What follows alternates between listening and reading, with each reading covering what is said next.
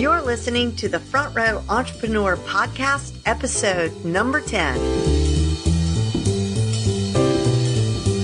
Hey guys, it's Gary Vaynerchuk, and you're listening to the Front Row Entrepreneur Podcast with our girl, Jen.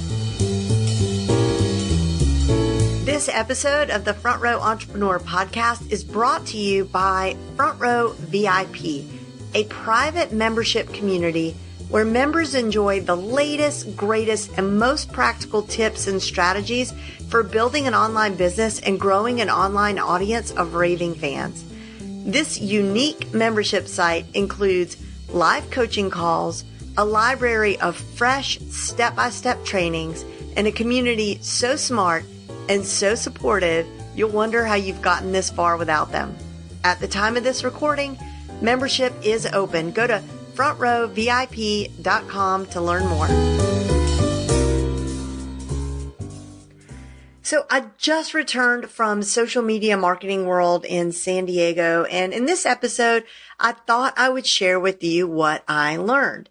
Now, the thing about this conference and so many conferences is that for every one session you attend, there's like a dozen others that happen at the same time. So this is just a small slice of the conference from my very singular vantage point. If you're a regular listener of this show, as regular as you can be when there are only 10 episodes, you know that I have this thing about the front row, literally and metaphorically. Metaphorically, having a front row mindset means you're ready to step up. You want to see and be seen. You aren't wasting time being half-assed or non-committal. You're all in. And literally, I believe that sitting in the front row, like at a conference, is really key to your enjoyment of the conference. When you sit in the front row, you see and hear the speaker better. And there are a lot of other advantages as well. Let me give you a couple of examples. So I attended this really exciting YouTube session led by this man, brilliant marketer named Billy Gene. And of course, I was sitting on the front row. And at some point, he asked a question and asked us to shout out the answer. I shouted out my answer. And while there might have been others in the room who shouted the same thing, I'm the person he heard first because I was in the front row. After hearing my correct answer, he surprised me with a nice crisp $100 bill. No kidding. In other sessions, there were times when I wanted to meet the speaker afterwards. And of course, being closest meant I was the first in line. You know how after someone talks, and especially if they're, super engaging, then people go up to the front and they sort of stand in a queue to meet the person who was speaking. I didn't have to wait in that line because I was first to get there. At the closing keynote, Pat Flynn asked a question about New Kids on the Block or NSYNC. I don't know, one of those boy bands who I guess are still together. And the woman in the front shouted out the right answer. And Pat surprised her with 2 VIP tickets to Las Vegas to see whoever that boy band was. And finally, I've noticed that when I sit on the front row, the people who are sitting beside me are like-minded. They're go-getters. So at each session, I think I really did my best networking just talking to the people on either side of me. So the conference head honcho and CEO of Social Media Examiner, Mike Stelzner, opened up the event with a keynote that was basically the equivalent of dumping ice water on our heads. But it was a good thing. It was really, I think, the wake-up call we all needed to hear because he was talking about the Facebook algorithm and what these changes are likely going to mean for us who rely on Facebook to help fuel our businesses. He reminded us that Facebook flat out told us that we're going to see, for sure, if you haven't already, a decrease in traffic across all of our Facebook business assets. Groups, Messenger, your Facebook page, everywhere. But he not only gave the audience a glimmer of hope, I found myself so excited I was ready to jump out of my chair because he said, and I agree, that small is the new big, meaning a smaller, more relevant and engaged audience is more valuable than a larger, less engaged audience. Facebook wants to see repeat viewers to our content. And by content, he really was referring to videos. He said that it's time to go all in on video. Specifically, short form video storytelling is the future, he said. And he told us to start thinking about creating episodic content, like your own show. And in Mari Smith's session, which I'm going to talk about more in a minute, but she echoed this and also encouraged us all to go ahead and fill out our applications for Facebook Watch now, even if we don't already have a show. So to do this, just search Facebook Watch application in the search bar and you'll see it. I'll also have a link for you in the show notes. Also worth mentioning, Stelzner said that vertical video with the sound on is the most watched video of all right now. I attended a few podcasting sessions, but even if you aren't interested in podcasting, you might appreciate a few of these takeaways. So Cliff Ravenscraft, aka Podcast Answer Man, mentioned a resource called CJ.com, which stands for Commission Junction. And it's a site that allows you to sign up to be an affiliate for a wide variety of products and services and online tools and such. If you've been toying with the idea of dipping your toe into the water of affiliate marketing, you might want to check that out. I also like some of the mindset stuff that he shared. He talked about being very in debt at one point in his life. His wife lost her job and they had just had a baby. And he said he just decided that he was going to be the kind of person who always earns at least $10,000 a month. And he said sometimes he would be close to the end of the month and he would only have made $7,000. So he'd get busy to make up the difference, that $3,000. And that seems so simple and maybe even unrealistic. But the truth is, if you have any sort of skill, it would be possible to do this, right? I mean, we might have to pick up the phone and call 100 people and say, hey, I've got a few coaching or consulting slots open. Are you interested? Or I have a few slots open to do this service for you. Are you interested? But it can be done. He also said that he told himself a long time ago that he would be the kind of person who always paid his bills on time. Or in other words, he would never be the kind of person who didn't pay his bills on time. And I just thought it was interesting that in both of those scenarios, he made these traits part of his identity. It wasn't just a behavior or the money that he wants to make every month. That wasn't just an arbitrary number. It was who he decided to be. So I just thought that was very interesting. In another podcasting session with Michael O'Neill, who hosts the Solopreneur Hour podcast, I learned a lot of great new things.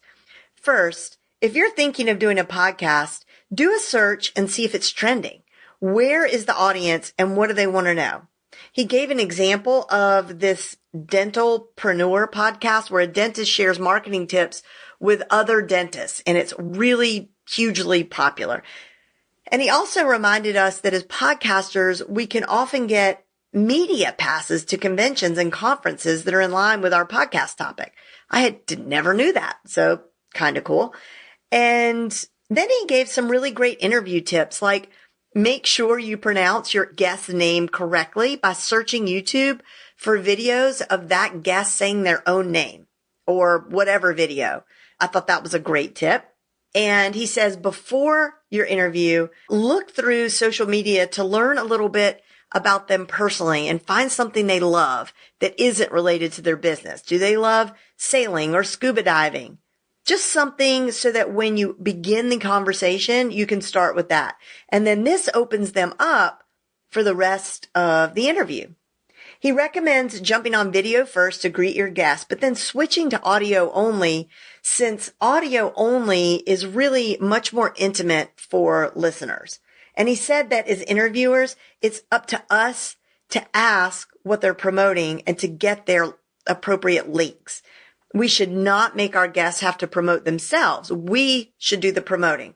I thought that was really interesting. You know, I'm a new podcaster. I've only done a handful of interviews, so this was very enlightening to me. I also thought it was interesting that he said that the last thing out of our mouths when we introduce our guests should be their names, and that he pointed to like talk show hosts, The Tonight Show, whatever, where that's how it's done. So you would say, ladies and gentlemen, best-selling author, blogger extraordinaire, and founder of blah, blah, blah, Seth Godin. I guess it makes the person's name more cemented in the listener's ears. He said that the time to ask guests to promote your show that they were just on is right after the interview. So like, hey, because they're all feeling good if the interview went well. So you say, hey, would you be willing to share this podcast with your audience? And usually he said they'll say yes. And then on the day that it's published, you send an email and say, hey, here's the podcast. Thank you so much for promising to share it with your audience. I appreciate it. So he said that word promising is key. I don't know if I've got the guts to do that, but I bet it does work. Another podcast panel I attended really sparked some ideas for me. Gary Leland, co-founder of Podcast Movement, he was on this panel and he shared how he finds a niche in a product. Then he creates the podcast as a marketing vehicle for the product. So for example, he found a wallpaper company, or his wife had this wallpaper company that she just loved. And then he started a podcast called Fixer Upper. And so it's aimed at do-it-yourselfers. And he has all sorts of do-it-yourself guests, like people who specialize in, I guess, different kinds of do-it-yourself projects.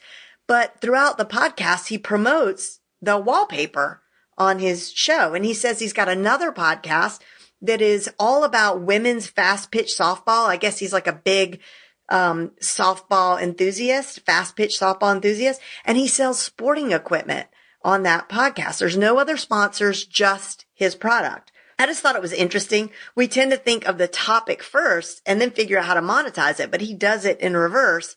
And apparently he's doing really, really well.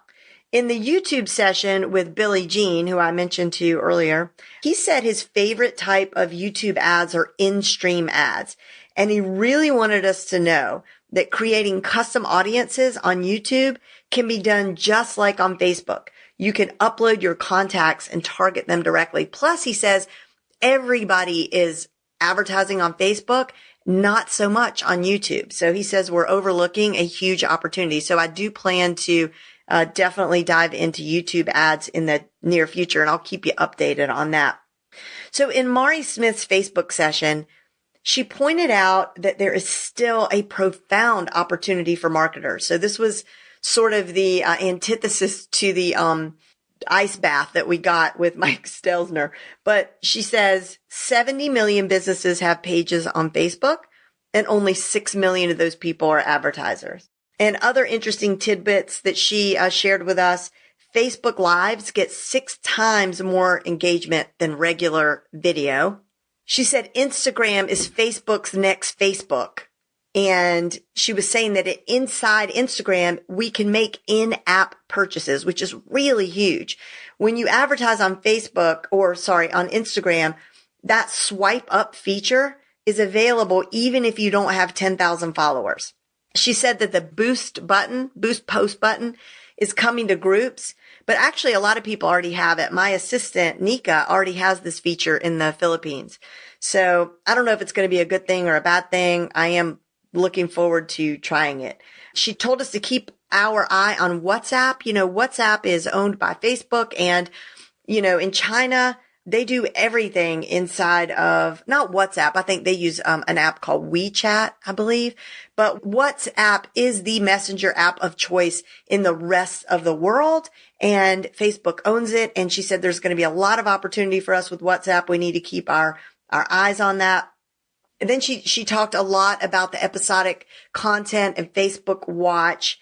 And when she asked people in the audience how many people were watching that unique programming on Facebook, only about like 12 people in the room raised their hand. And she said that next year, she guesses that like 60 to 70% of the room will be raising their hands, because it's just, they're moving fast with this Facebook Watch, and that they're coming for Netflix and YouTube and Amazon and Hulu.